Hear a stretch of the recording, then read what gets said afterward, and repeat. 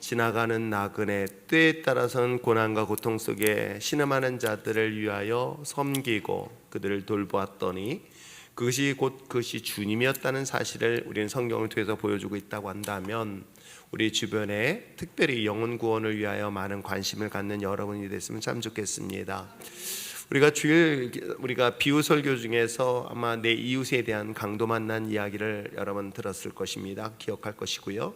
그 강도 만난 비유를 통해서 우리가 정말 주의 깊게 보아야 할 것은 무엇일까? 그런 관심이라고 저는 생각한다고 말씀을 드렸을 거예요.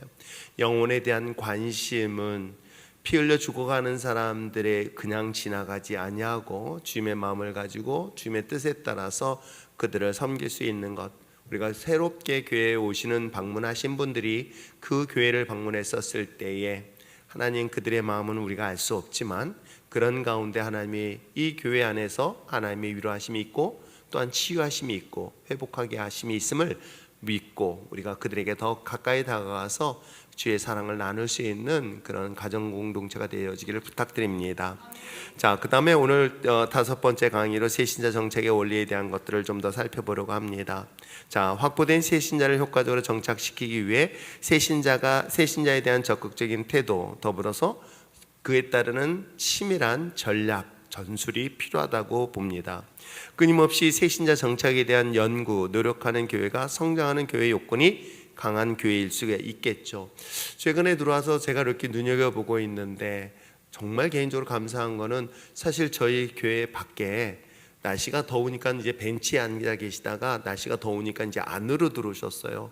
얼마나 감사한지. 물론 뭐 동네 운동하시는지 어떤 분인지 지나가는 나그네이던 아무튼 오셔가지고 제가 눈여겨보는 또 한 자매는 그분은 여기 오셔가지고 난 처음에 공부를 열심히 하시는 줄 알았어요. 책을 보시는 줄 알았는데 아무튼 좌우지간 뭔가를 열심히 보시면서 있길래 저분들에게 좀 따뜻한 차, 가만히 보니까 따뜻한 차를 드리려고 그랬더니 너무 더운 거예요. 그래도 아무튼 차라든가 그런 것들을 좀 갖다 놨으면 좋겠다 하다가 안 돼서 오늘 조효선 지사가 마침 내 눈에 딱 띄길래 거기 앞에서 갖다 놔달라고 그랬더니 거기다 세팅을 좀 해놨습니다. 우리가 교회라는 곳에 대하여 여러분들이 기억하셔야 될 것은, 우리가 1층과 2층을 분리시켰던 이유는, 원래 여러분 생각해 보세요. 2층의 공간을 막아버리면 더 넓은 공간을 사용할 수 있습니다. 그런데 제가 그것을 손해보면서까지 2층 계단을 올리고 비용이 더 들어갔음에도 불구하고 그것을 한 이유는 딱 한 가지예요. 우리 예수 믿는 사람들은 불편하더라도 지혜를 가든 3층을 가든 갑니다. 그러나 난크리스찬들, 그리고 교회에 대하여 잘 모르는 사람들의 경우는 사실 교회 방문하기가 쉽지가 않습니다. 그렇다면 그들이 좀 더 편하게 들어올 수 있는 방법이 뭘까? 그들이 쉽게 접근해서 차라도 마시고 쉬었다 갈 수 있는 공간을 만드는 건 어떨까 생각해가지고 1층의 공간을 만들게 되었던 거거든요. 근데 최근에 들어와서 정말 알지 못하신 분들이 앉아서 드론드론 얘기도 하시고 또 시원한 물 한 잔 마시고 가기도 하고, 그 전까지만 하더라도 애들이 공공 화장실로 사용했었거든요. 그리고 그 전에는 어떻게 하는지 아십니까? 애들이 그 시원한 물을 마시러 왜 축구 운동장에서 열심히 땀 뻘뻘 흘리고 와가지고 여기서 물 마시고 가요. 근데 또 참 재밌는 건, 물 마시기 위해서 1층 문 잠궈놓으면 2층을 통과해서 이렇게 내려와가지고 꼭 물 마시고 가요. 집 안 가고 꼭 우리 교회 와서 꼭 물 마시고 가는 그 아이들. 아무튼 교회에 많은 공간들이 난크리스찬들이 들어와서 편안하게 느낄 수 있는 것들은 우리가 조금 더 관심을 가져야 되지는 않을까. 우리 입장이 아니라 그들의 입장에 서서 그들이 좀 더 교회에서 제공해 줄 수 있는 좋은 것들이 있다고 한다면, 나눠준다면 여러분은 어떨까요? 우선 그들에게 있을 수 있는 접촉점을 가질 수 있는, 즉 우리가 아이스 브레이크라 그러죠. 내 마음의 문을 열 수 있는, 교회에 대해서 부정적인 것들이 긍정적으로 바꿀 수 있는 그런 좋은 동기가 되지는 않을까요? 때에 따라서는 제가 어떤 분들이래요. 우리 목사님들이 노예하면서 많이 오셨잖아요. 밖에서 나는 노래소리 듣고 놀라시는 거야. 응? 아니, 정태춘이 노래가 나와요? 그러더라고요. 그래서 예, 제가 개인적으로 좋아하는 곡이에요. 그랬더니 교회인데 괜찮아요? 아니, 우리 믿는 사람이 아니라 믿지 않는 난크리스찬들이 지나가면서 곡을 편하게 들을 수 있고, 그러면서 그들에게서 좀 더 교회에 대한 입장들을 너무 폐쇄적이지 않은 모습으로 다가왔으면 좋겠다 하는 그런 마음으로 그들에게 접근하면서 사이사이에 복음성과 찬양도 들어가잖아요. 그러니까 우리가 그들에게 좀 더 그들의 편에 서서 그들이 편한 것을 조금 더 가까이 다가가서 그들이 복음 안에 들어올 수 있도록 우리가 조금 더 노력하고 수고해야 되는 것은 저와 여러분의 수고일 줄 믿습니다. 자, 그런 관점에서 우리가 끊임없이 고민하고 연구하고 또 그 부분에 대해서 계속 끊임없이 개발해야 되는 것이 건강한 교회 또 모습이 아닐까 생각해 봅니다. 새 신자가 교회에 들어와서 정식으로 등록하기까지는 사실은 여러 과정과 오랜 시간이 필요하지만 4가지 단계를 통해서 요약할 수 있다라고 이야기를 합니다. 자, 우리가 새로 오신 분들의 교회를 정착하는 과정에서 첫 번째 단계는 초청 단계라고 이야기를 합니다. 한번 읽어볼까요? 읽겠습니다. 시작. 불신자를 교회로 초청하는 일반적인 전략으로 태신자 운동이 있습니다. 전도 대상자를 미리 정하고 기도로 준비한 후에 대상자의 마음의 문이 열릴 때 정식으로 초청하는 그러한 방법이죠. 저희가 이번 5월 달에 했었던 그리고 또 11월 달에 있을 그런 전도 축제에서도 그러한 방법을 하게 되겠죠. 특별히 여러분 마음속에 한 영혼을 품고 기도하면서 그 영혼의 주님 앞에 아름다운 열매를 맺을 수 있도록 이번 또한 가을 축제를 위해서 지금부터라도 기도로 준비했으면 참 좋겠습니다. 한 사람의 영혼이 하나님 앞에 심히 귀하다는 거 항상 잊지 마시길 바랍니다. 자, 두 번째, 초청을 단계했다면 그들에게 만나야 되겠죠. 읽겠습니다. 시작. 새 신자가 교회를 찾아올 때 처음으로 갖게 되는 만남은 예배입니다. 이 단계의 핵심은 감동적인 예배 분위기와 은혜로운 설교입니다. 그 외에도 새신자 환영 프로그램, 교회 안내 등 새신자를 효과적으로 붙드는 다양한 요소들이 있다는 것을 얘기하는 것이겠죠. 우리가 교회에 처음 오신 분들한테 약간의 설문지를 준비해요. 그래서 편안하게 교회에서 온 느낌들 그리고 이런 것들만 리서치를 받습니다. 그래서 과연 그분들이 처음에 왔었을 때 교회가 가지고 있는 느낌 그리고 교회가 또 수정해야 될 그런 부분들은 뭐가 있을까? 처음 교회를 방문했었을 때 이런 점이 불편했다라는 것들은 우리는 익숙하니까 잘 모를 수 있잖아요. 그러나 교회를 처음 방문하신 분들에게 있어서는 사실 모두 다 낯설고요, 익숙하지 않습니다. 그 익숙하기 전 불편했던 것들이 혹시라도 있다고 한다면 최소한 그런 부분들에 대해서는 우리가 미리 알고 그리고 그들에 대한 배려 차원에서라도 우리가 좀 수정할 것들은 수정하고 보완할 것들은 보완해야 되는 건 분명히 맞습니다.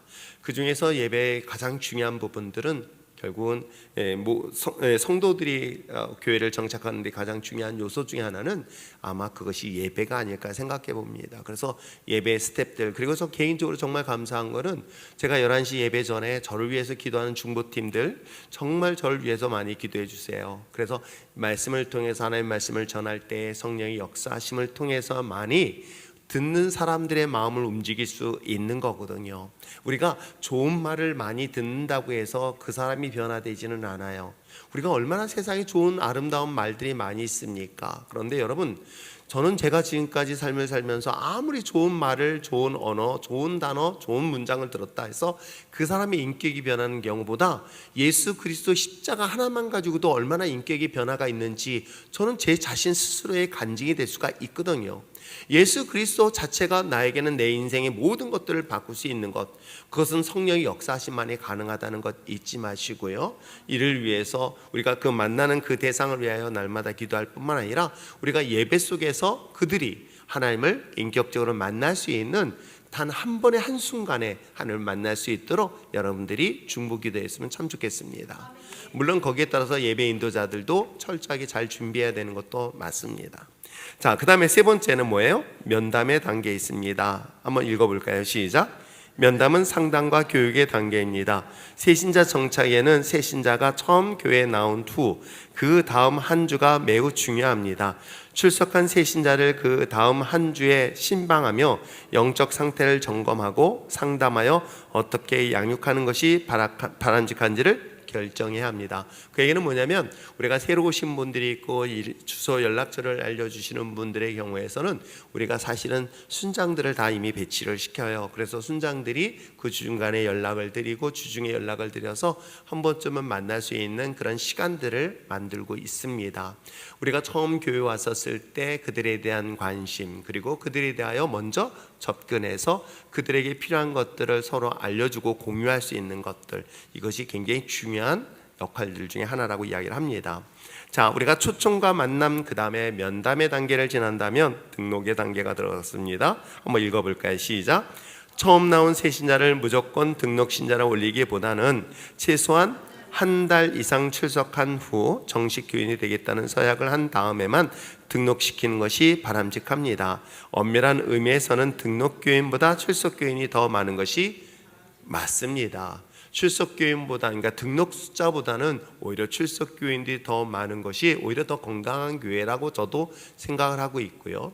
그렇기 때문에 교회에 와서 등록하고 일정한 교육을 마치고 하나님의 몸 된 율정교회의 하나의 공동체의 회원으로서의 역할을 감당하게 되어지는데, 아주 오래전이었었어요. 이분은 거의 6개월이 넘었는데 6개월 동안은 같이 신앙생활을 했어요. 근데 이제 이분한테 제가 이분에 대한 좀 정보 좀 듣고 싶어가지고 저기 등록서를 좀 달라 그랬더니 없대요. 그러니까 이분은 6개월 동안 교회를 열심히 다녔는데 등록도 안 하고 교회를 열심히 다니신 거예요. 그래서 참 신기하다. 그런데 전 그걸 보면서 또 한편으로는 우리가 좀 더 그런 부분에 대해서 좀 더 관심을 가져줘야 되는 건가? 글쎄, 근데 전 그것보다는 어쨌건 간에 자율적으로 자발적으로 내가 이 교회를 정해야 되겠다, 어떤 강요나 그런 것보다는 스스로가 마음속에 기도하면서 응답되어진 것에 대한 결정을 가지고 함께 교회 안에 들어와서 스스로가 자발적으로 등록서를 써내는 것도 좋은 것이지 않을까. 그래서 우리 스태프들은 기다려주는 것도 필요하지 않을까 생각을 합니다. 그럼에도 불구하고 우리가 적극적으로 사람에 대한 관심을 갖는 것들은 또 우리가 또 해야 될 몫이라는 것 잊지 말았으면 참 좋겠습니다. 자, 교회에 대한 새신자 정착 4단계, 초청과 만남, 면담과 등록의 단계가 지난다면 우리가 중요한 것은 새신자들이 정착하는 데 있어서 실패하는 요소들을 몇 가지 찾아봤어요. 첫 번째는 새신자 정책의 실패의 가장 고질적인 문제는 뭐였다? 제가 가로를 쳤지만 사실 무관심인 거예요. 자, 한번 읽어보겠습니다. 시작. 사랑의 반대는 미움이 아니라 무관심이라는 말이 있습니다. 새신자 정착에 어려움을 겪는 이유도 근본적으로 교회의 무관심 때문입니다. 교회 안에서 느껴지는 냉담 또는 무관심은 새신자의 교회에 대한 기대감을 사라지게 만듭니다. 최근에 새롭게 오신 분들, 우리 미래자매, 사람들이 별로 관심을 잘 안 갖죠. 네, 맞아요. 지금 들어온 현주자매도 사람들이 관심을 잘 안 가져요. 그러니까 정말 저는 모든 사람들이 사람에 대한 관심을 가져야 된다는 것은 전 목사인 저 역시도 마찬가지고 그건 기본이라고 저는 생각해요. 사람에 대한 관심을 갖는다는 것은 그는 하나님이 우리에게 주신 거룩한 마음이 아닐까요? 그렇잖아요. 사람에 대한 관심에 대한 이야기는 성경은 끊임없이 이야기를 하고 있습니다. 자, 한번 볼까요? 하나님께서는 이스라엘 백성들을 선택하게, 그러니까 이스라엘 역사를 쭉 살펴보면서, 구약의 역사를 살펴보면서 아담과 하와가 범죄한 이후에 또 그 많은 인류가 그 이후로부터 출발이 되었지만 노예 항수 사건으로 인해 그 사건으로 인해 모든 사람들을 다 멸망시켰습니다. 또 그로부터 시작해서 또 많은 종족들이 확장되고 확산되어졌어요. 그런데 그 노아 때 가지고 있던 믿음과 신앙들이 점점 퇴색되어지고 또 하나님을 멀리 떠났던 그런 그들을 향하여 하나님은 또다시 관심을 갖고 있었던 것이죠.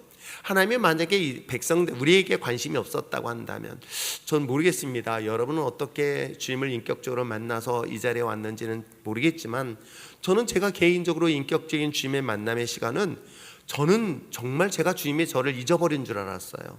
왜냐하면 내가 하나님을 잊어버렸기 때문에. 제 인생에서 하나님을 딱 지워버릴 때가 있었어요. 사춘기 시대 이후 청년의 시대 때는 하나님이란 존재를 부정했고요, 하나님이란 존재 자체를 내 인생에서 완전히 거부했었습니다. 근데 나는 거부했는데 하나님은요, 저는 정말 다시 주님을 만났을 때는 깜짝 놀란 게 하나 있었어요. 그게 뭔지 아세요?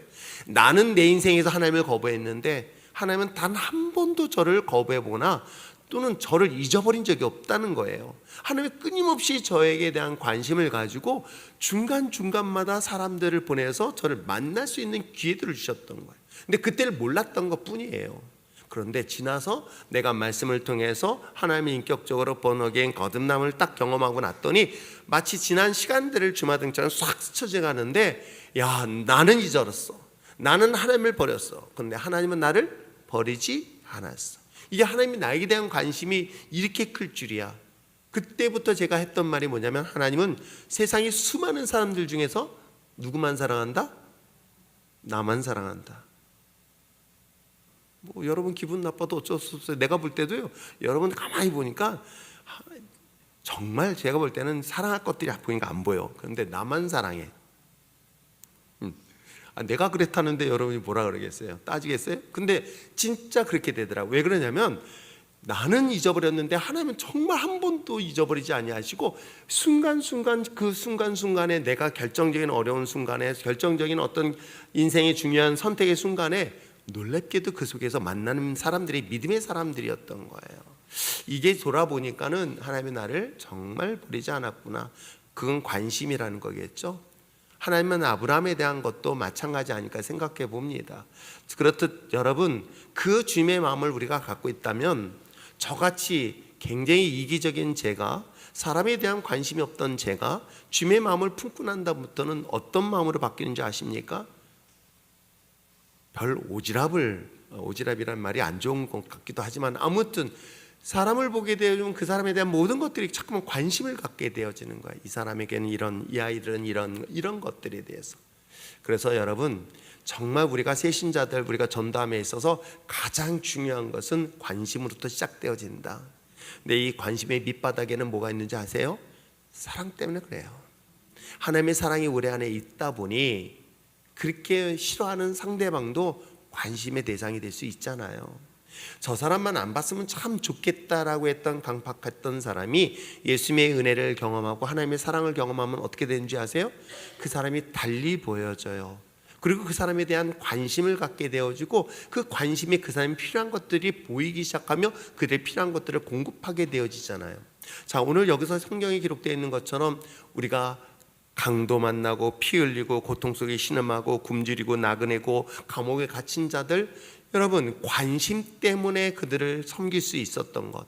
그래서 우리 율전의 신앙 공동체는 이 무관심으로부터 관심 있는, 서로에 대한 관심이 있어서 그 관심을 가지고 서로 중보하며 기도할 수 있는 그런 좋은 교회가 됐으면 참 좋겠습니다. 자, 그 다음에 두 번째 볼까요? 자, 새신자 입장에서 볼 때 기존에 뭐예요? 예배와 설교가 어렵기 때문이다. 그러니까 이거는 오랫동안 다른 교회에서 신앙생활하는 사람들에게 있어서 예배 또는 설교가 자기랑 안 맞아서 굉장히 힘들어하는 경우가 있을까요? 있습니다. 여러분들 중에서 새벽기도 나오신 분 손 들지 마세요. 내가 여기 선교사님이 계시길래 무조건 새벽기도 나오라 했더니 한 번도 안 나왔어요? 뭘 고개 끄덕거려. 그런데 여러분 어때요? 제가 우리 사도신경 할 때 얼마나 빨리 하는지 아시죠? 알아요? 되게 빨라요. 전능하사 천지를 만드신 하나님 아버지를 내가 믿사오며 이렇게 나가거든요. 그런데 여기서 처음 익숙하신 분들은 명절날 시골 교회에 갔대요. 숨 넘어가서 죽는 줄 알았대요. 이렇게 느린 줄. 근데 정반대로 느리게 하시는 분들이 우리 교회면은 숨 넘어간대요. 또 왜? 너무 빨라서 숨을 못 쉬겠대요. 그러니까 이런 하나의 교회의 어떤 형태와 문화를 이렇게 적응하고 그걸 소화하는데 결코 쉽지 않을 수도 있습니다. 자, 이런 것들에 대한 이야기를 지금 하고 있고요. 그래서 제가 새로 오신 분들에 대한 서치 중에서 예배의 어떤 것들을 질문하고 있습니다. 한번 읽어볼까요? 시작. 새신자는 기본적으로 예배 분위기에 익숙하지 못합니다. 그러므로 새신자를 환영하는 교회라면 예배 분위기나 설교 메시지에서 새신자를 위한 배려를 느낄 수 있어야 합니다. 그래서 사실은 우리가 찬양 인도할 때도 마찬가지고 설교할 때도, 사실 제가 설교할 때도 새로 오신 분 있으면 이제 계속 의식을 하게 되어져요. 그래서 왜 늦게 왔냐라고 하면서 하려고 해도 절제하려고 했다가 그래도 명색이 집사인데 예배 시간 늦게 오면 안 된다고 해서 그냥 공개적으로 얘기한 것 뿐이고, 이 교회는 분위기가 이렇구나라고 이제 미리 하려고. 그런데 아무튼 이런 그 새로운 분들에 대하여 교회의 그런 예배 그리고 전체적인 그런 형태의 분위기가 좀 더 소화를 시킬 수 있도록 배려하는 것이 또 교회의 좋은 모습이 아닐까 생각해 보고요. 자, 세 번째, 새신자 양육을 위한 교인들의 뭐예요? 헌신이 없기 때문이다. 그러니까 양육에 대한 헌신인 거예요. 섬김에 대한 것을 얘기하고 있는데 한번 읽어보겠습니다. 시작. 양육은 헌신이 없으면 불가능합니다. 많은 시간과 노력과 투자와 함께 영원한 것에 가치를 두고 헌신하고 희생하려는 마음이 필요합니다. 이것이 그리스도의 마음입니다. 그래서 제가 아까 이렇게 하다가 갑자기 한 사람이 떠올랐어요. 이분이 지금 사실 주중에 일을 하고 있는데 오전 시간에 시간을 낼 수 있을까라는 생각이 후뚝 지나는 거예요. 그러니까 주일날만 쉬나요, 최지연 집사님? 주중에 수요일날은 오전에 시간 낼 수 있나요? 제가 이 말 무슨 뜻인지 알 거예요. 새롭게 GBS 팀을 또 새롭게 준비하고 있거든요. 그때 같이 옆에서 들어와서 봉사를 해도 되겠다, 섬겨도 되겠다. 그럴 땐 딴 사람들이야 빨리 아멘 해주세요. 그래서 이제 최지원 집사님도 이제 순장 역할도 감당해야 되지 않을까? 제가 아까 이거 준비하면서 왜 마음속에 그런 마음이 왔는지 아마 잘 들으셨으면 좋겠습니다. 아무튼 우리가 새신자들이 들어왔었을 때에 그들을 양육이라는 단어에 왜 포커스를 맞췄냐면 저희 교회 같은 경우는 셀 모임도 있습니다. 그런데 GBS 성경 공부 모임을 또 굉장히 중요시 여기고 있어요. 그리고 제가 직접 성경 공부를 매일 같이 합니다. 그거 수요일 날은 사실은 제가 비워놓은 거는 그동안 노예를 섬기느라고 그 하루를 비워놨는데 이제 노예를 섬길 일이 딱 이제 임원으로 끝났기 때문에 그날에 하루를 더 성경 공부를 시켜야 되겠다, 팀을 만들어야 되겠다라고 지금 생각하고 준비를 하고 있었거든요. 자, 그랬었을 때 누군가가 테이블 리더든 아니면 봉사자로 들어갔다고 치면은 그분들은 물질로도 봉사를 해야 되죠, 시간도 내야 되죠, 다 연락을 해야 되죠 하는 그런 수고와 헌신이 반드시 필요하겠죠.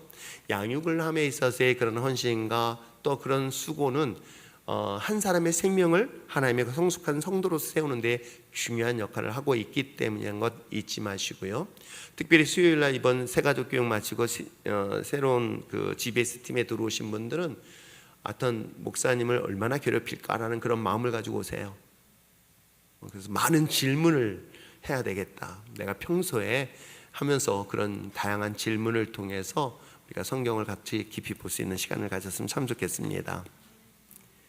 아무 때나 안 되는데 참. 자, 네 번째는 새신자에게는 뭐가 없다요? 가까운 교제할 만한 친구가 없다는 거예요. 자, 한번 읽어보겠습니다. 시작. 새신자는 교회 안에서 교제를 나눌 만한 친구가 없기 때문에 쉽게 두려움과 공포를 느낍니다. 우정의 요소는 새신자 정책의 핵심 요소이기도 하지요. 이건 누구나 다 마찬가지일 것 같아요. 아무리 직분자일지라도 교회를 왔는데 같이 이야기를 나눌 사람이 없다는 건 영적으로 외톨이가 된다는 것은 굉장히 조심스럽게 위험한 거거든요. 그럴 땐 누군가가 가까이 다가가서 좋은 친구의 교제를 만드는 것도 중요한 것이겠죠. 그렇죠? 이것이 이루어졌으면 참 좋겠습니다. 자, 막연한 전도 전략 때문입니다. 읽겠습니다. 시작. 막연한 전도 전략으로는 막연한 열매를 기대할 뿐입니다. 새신자 확보도 안 된 상태에서 정착과 양육을 따지는 것은 이치에 맞지 않습니다.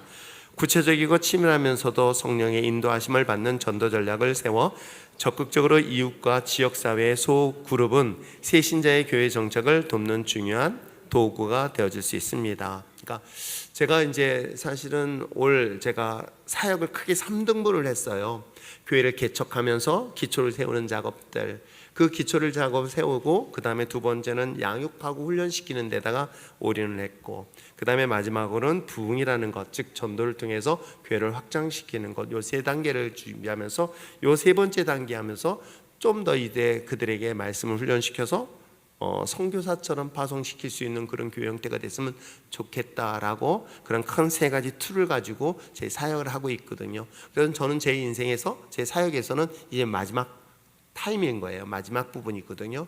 그래서 여기에 좀 더 전도에 포커스 맞추고 제가 시간이 닿을 때까지 좀 더 많은 사람들에게 말씀을 훈련시키고 사람들을 세우고 해야 되겠다 생각하고 있기 때문에 이런 전략들을 가지고 있고요. 특별히 여러분들은 이제 우리 전도팀뿐만 아니라 각 조직 부서들이 일화 같은 것들에 대한 새로운 부분들에 대해서 계속 공부하면서 전략과 전술을 잘 짜는 것, 저는 하나님의 은혜라고 이야기하면서 전략도 없이 전술 없이 하는 것처럼 그 계획 없이 일하는 건 정말 무책임하다고 생각하는 사람 중에 하나예요. 저는 회사 생활을 오래 해봤기 때문에 그걸 좀 아는 건, 회사에서도요 어떤 일이든 기획을 합니다. 기한을 쓰는 것이죠. 품위서를 작성합니다. 그래서 품위를 올립니다. 그리고 심의를 해요. 그거 가지고 토론을 합니다. 그래서 이것이 오케이 되어지면 비로소 이것을 실행할 수 있는 거예요. 근데 저는 이걸 하나님 앞에도 적용해 보는 거죠. 내가 하나님 앞에 최소한 어떤 일이든 그것을 완벽하게 준비해서 올리는 거예요. 그리고 하나님이 yes 해주면 따르면 되고, 하나님이 no 하면은 안 하면 되고, waiting 하면 기다리면 되는 거예요. 그것이 나는 하나님의 이 모든 일에도 다 마찬가지라고 생각하거든요. 그래서 교회를 처음 세울 때부터 시작했던 그런 조직들, 내규들, 그런 것들도 다 하나씩 준비하면서 하나님이 이것들을, 이 그림들을 어떻게 만들어주고 성취해 주실까. 물론 그러기 위해서는 여러분, 하나님께서도 여러분 구체적으로 그림을 보여주세요. 아브라함에게 막연하게 너 큰 민족을 이룰 거야 라고만 끝나지 않았습니다. 그를 허벌판에 데려가서 먼 하늘을 바라보는 별을 보여주는 거예요. 그 무수한 별을 보여주셨고요, 그 넓은 땅에 있는 모리아를 바라보면서 너는 큰 민족의 꿈을 가지라고 이야기하고 있어요. 그렇듯 하나님께서는 실제적인 것들을 눈으로 보여주시고 그것을 그림을 그리도록 만들어 주시거든요.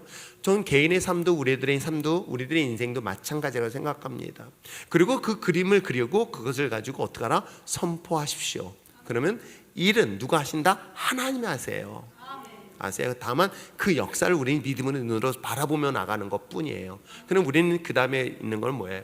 그래서 우리는 기대라는 단어를 사용하는 거예요. 그러니까 우리가 하나님의 역사하심에 대하여 믿음이라는 것은 내가 그림을 그려라, 그 그림을 그리고 그것을 선포하라. 선포하면은 하나님의 역사하심이 있기 때문에 나는 그 마음속에 무엇을 하라? 기대하라. 그랬더니 나는 아무것도 안 하냐? 아닙니다. 여러분, 이 플랜을 짠다는 것은 내가 거기에 맞춰서 자신을 충분히 갖추도록 해야 되겠죠. 그렇잖아요. 그런 작업들을 해야 됩니다. 자, 이런 전도 전략이고요. 자, 그렇다면 효과적인 새신자 정착을 위해서는 비유를 이야기했습니다. 이거는 이제 물론 교회 성장을 연구한 사람들에 대한 자료들인데, 우리가 이런 비율로 가지고 갔으면 좋겠다는 것도 해보는 것도 좋을 것 같아요. 자, 새신자 정착을 위한 새신자 흡수의 조직이 필요한데, 다음 같은 이 비율이 조직에서 굉장히 좀 효과적인 그 교회 새신자 정착에 대한 비율을 이야기합니다. 자, 새신자 우정의 비율에서 1:6이라고 이야기합니다. 한번 읽어볼까요? 시작.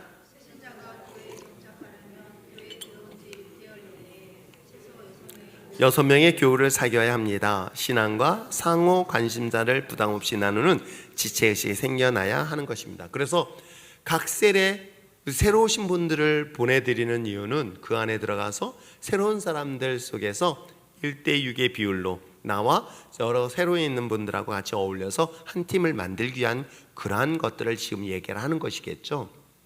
그래서 보통 셀에 6, 7명 모임 정도, 그런 모임들을 계속 유지시켜준 것도 맞고요. 자, 100:7 비율, 소그룹의 비율이라 이야기합니다. 읽겠습니다. 시작.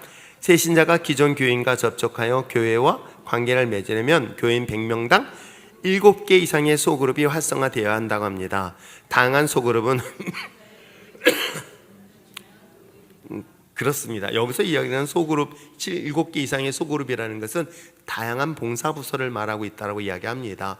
예를 들어 교회 와가지고 내가 셀 모임도 하고요, 또는 청소를 구역에 맡아서 하는 것, 또 소그룹의 또 다른 성경부 모임도 그 중에 하나고, 또 부서에선 성가되던 어느 부서에 들어가서 봉사하던 그런 작은 소그룹의 모임 속에 계속 연결시켜지면은 자기가 그 교회 안에서 소속한 만큼의 자기 섹터, 그러니까 자기 영역이 좀 더 넓어질 수 있음을 얘기하는 것이겠죠. 그게 건강한 모습을 이야기하고 있습니다.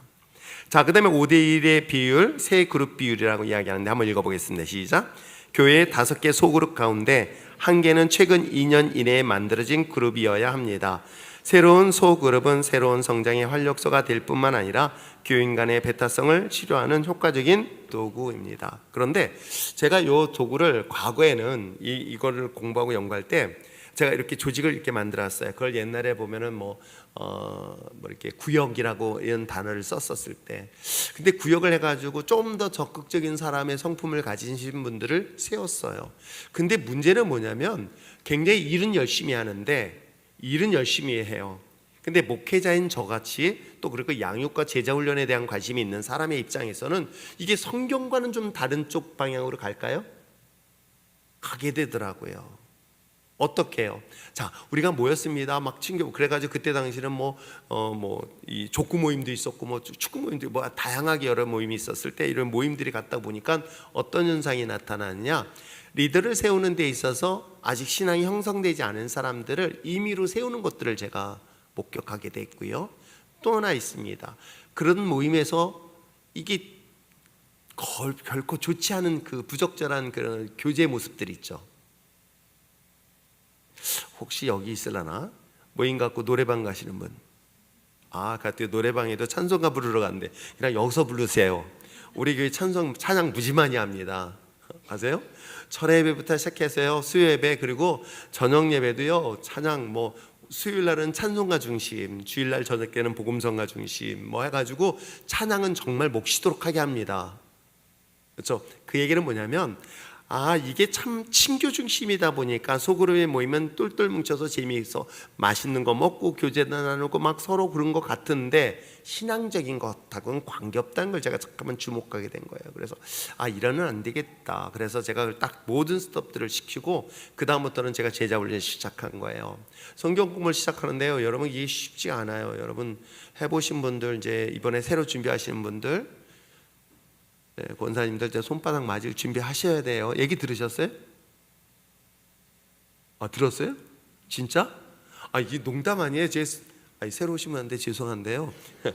이 교회가 이게 손바닥 때린다면 진짜냐고 그래요? 근데 한번 맞아보더니요 놀래요. 진짜로. 남자들도요 식은땀 나요. 달달달 떨어요. 이렇게 남자들은 때리면 내가 아파요. 제가 아픈데 아무튼 그래서 가급적으로 안 때리려고 그래요. 제가 너무 아파가지고 이 손들이 더 무지하게 저보다 커요. 그리고 거친 손이 있으면 차라리 몽둥이를 때리고 싶더라고. 근데 아무튼 성경 공부 말씀을 훈련시키기 시작했어요. 그런데 이게요 보기보다는 쉽지 않아요.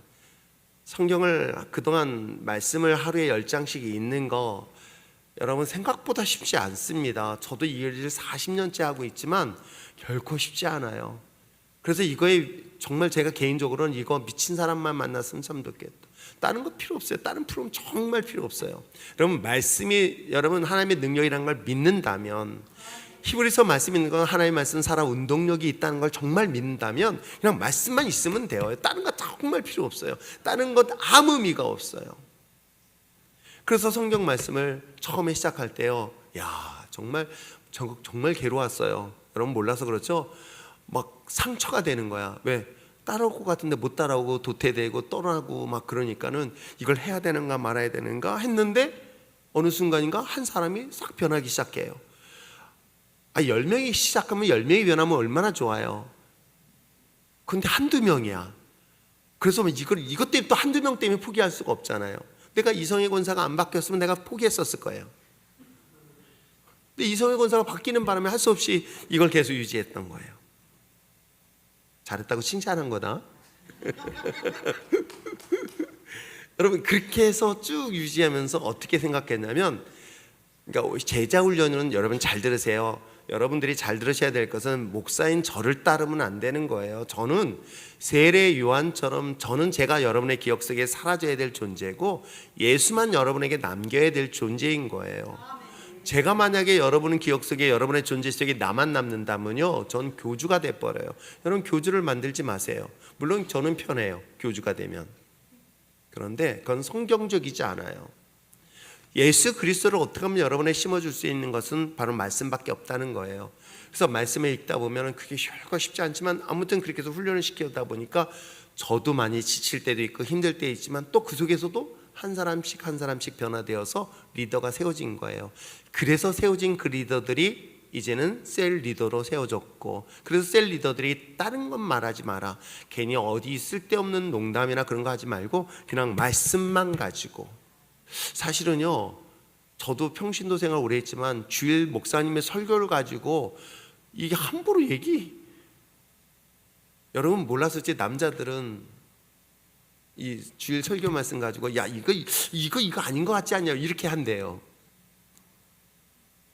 여자분들은 다 착해서 목사님 말씀이 진리의 말씀이 해가지고 해석해서 이야기하지만 저도 충분히 그럴 것 같아요. 그러니까 이런 하나님의 말씀에 대하여 진지하게 고민하고, 왜 저 역시도 이 말씀을 해석함에 있어서도 조금은 실수도 있지만 실수하지 않으려고 최선을 다해서 말씀을 정리합니다. 그 말씀들을 여러분들이 같이 소그룹 모임에서 말씀을 나누고, 그리고 받은 말씀을 가지고 어떻게 하면 삶 속에 적용할 것인가, 이런 모임이 저는 건강하다고 저는 생각하고 있기 때문에 그래요.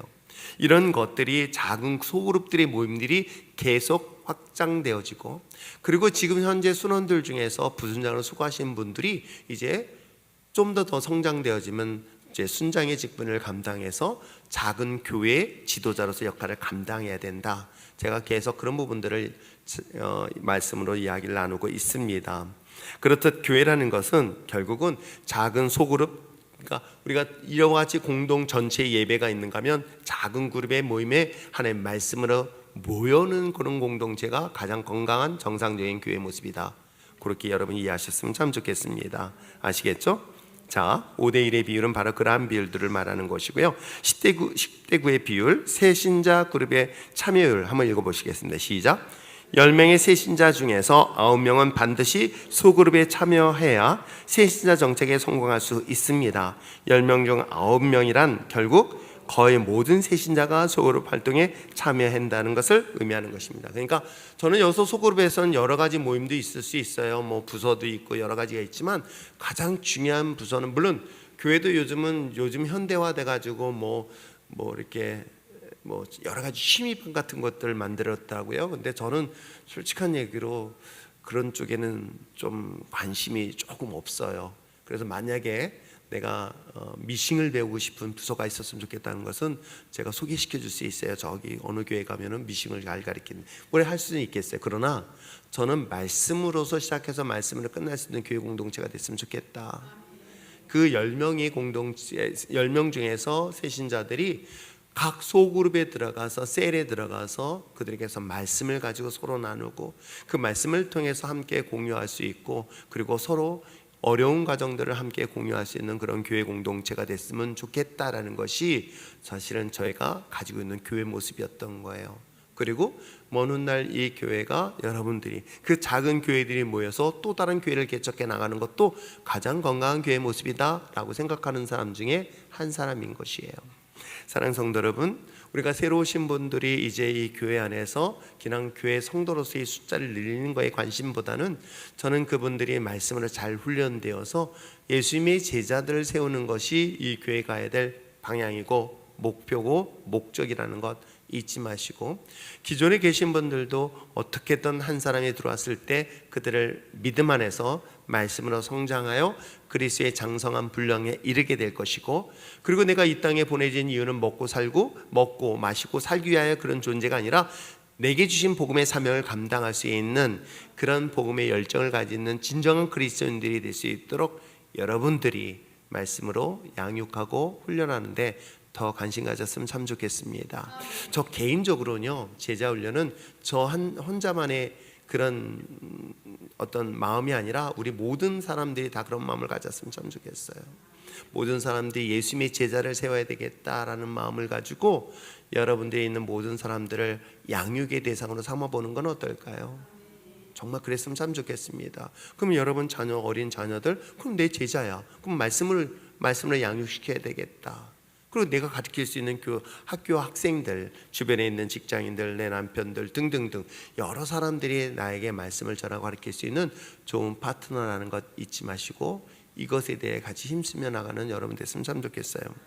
사실은 저도 평신도 집사 시절에 이 고민을 했어요. 교사를 했기 때문에 제자들을 훈련시키는 건 어렵지 않았는데, 제가 이제 성인 그룹에 들어간 거예요. 부부셀에 들어간 거예요. 그런데 이게 참 고민이 되는 거예요. 집사가 누군가에게 성경 공부를 가르친다는 게 얼마나 위험해요. 교회 안에선 이건 분명히 문제가 되잖아요. 그렇잖아요. 목사님 허락받지 않는다면 이거는 교회에 큰 문제를, 물론 교회가 3,000명이 넘으니까 표시 안 날 수 있지만 그럼에도 불구하고 그건 덕이 안 되잖아요. 그래서 어떻게 할까 하다가 제가 마치 오늘날 순장과 같은 위치에 있었기 때문에 성경을 읽자. 그거는 할 수가 있잖아요. 그냥 성경을 읽는 것 가지고 체크하는 것 가지고 뭐라고는 하진 않으니까요. 내가 성경을 안 가르칠 뿐이지 가르치는 건 성령님께서 가르치면 되는 거니까. 제가 왜 이 얘기하는지 아시겠죠?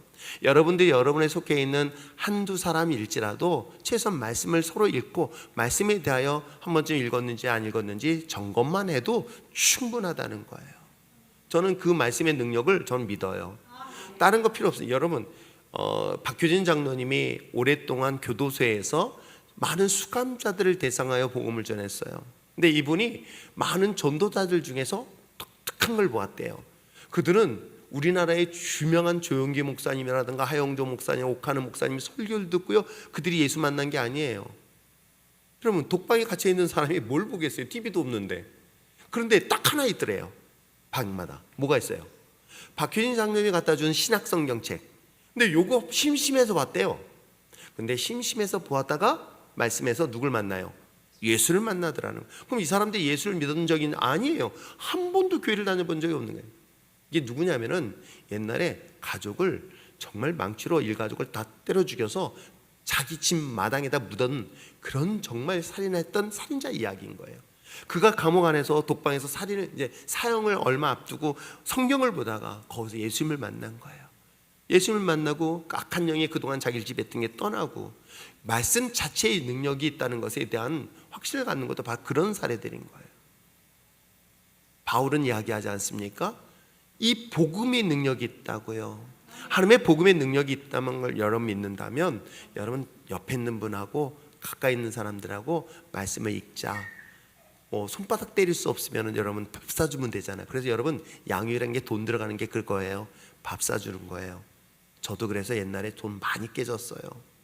아세요? 저도 우리 아이들 학생들 밥이 아니라 그때는 피자 사주면서요. 지금이야 피자 싸지만 그때는 피자가 무지하게 비쌌어요. 80년대 말에는 피자집도요, 저 한남동밖에 없었어요. 그 정도로 비싼 거를 애들한테 사줘가면서 성경 읽혔던 것들이 저에게는 또 다른 큰 위로가 됐고요. 정말 하나님 앞에 저는 그러면서 제가 제 자신의 확신을 더 가졌던 것 같아요. 그래서 우리 율전의 신앙 공동체, 그래 내가 여기서 하나님 말씀 앞에서 나 자신의 신앙을 꼭 점검하고 정말 그리스도의 제자로서의 삶을 살아야 되겠다라는 그런 진실한 리얼 크리스천, 진짜 그리스도인이 되는 여러분 됐으면 참 좋겠습니다. 기도할까요? 이 시간 우리가 함께 말씀을 생각하면서 함께 기도할 때에